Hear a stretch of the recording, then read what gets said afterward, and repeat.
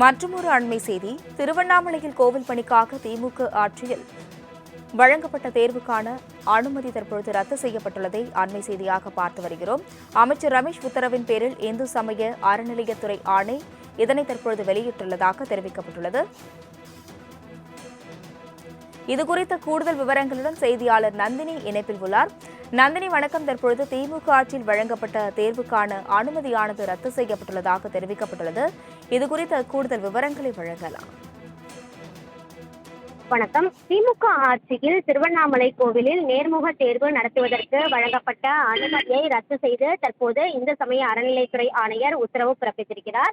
திருவண்ணாமலை அருணேஸ்வரர் திருக்கோவிலில் அங்கீகரிக்கப்பட்ட 466 பணியிடங்கள் அடங்கிய ஒருங்கிணைந்த பணியாளர் பணித்தொகுதி பட்டியலில் காலியாக உள்ள தலைமை ஆசிரியர் உள்ளிட்ட இதர பணியிடங்கள் 39 மற்றும் காவல் பணியிடங்கள் 70 ஆக கூடுதலாக 109 பணியிடங்களுக்கு விளம்பரம் செய்து நியமனம் செய்து கொள்ள அனுமதி என்பது கடந்த திமுக ஆட்சியில் வழங்கப்பட்டது.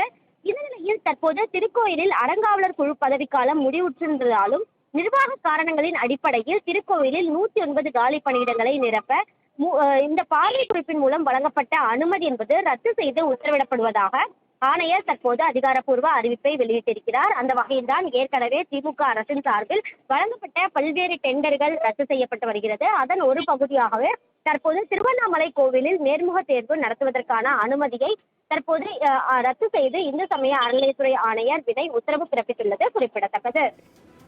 விவரங்களுக்கு நன்றி நந்தினி.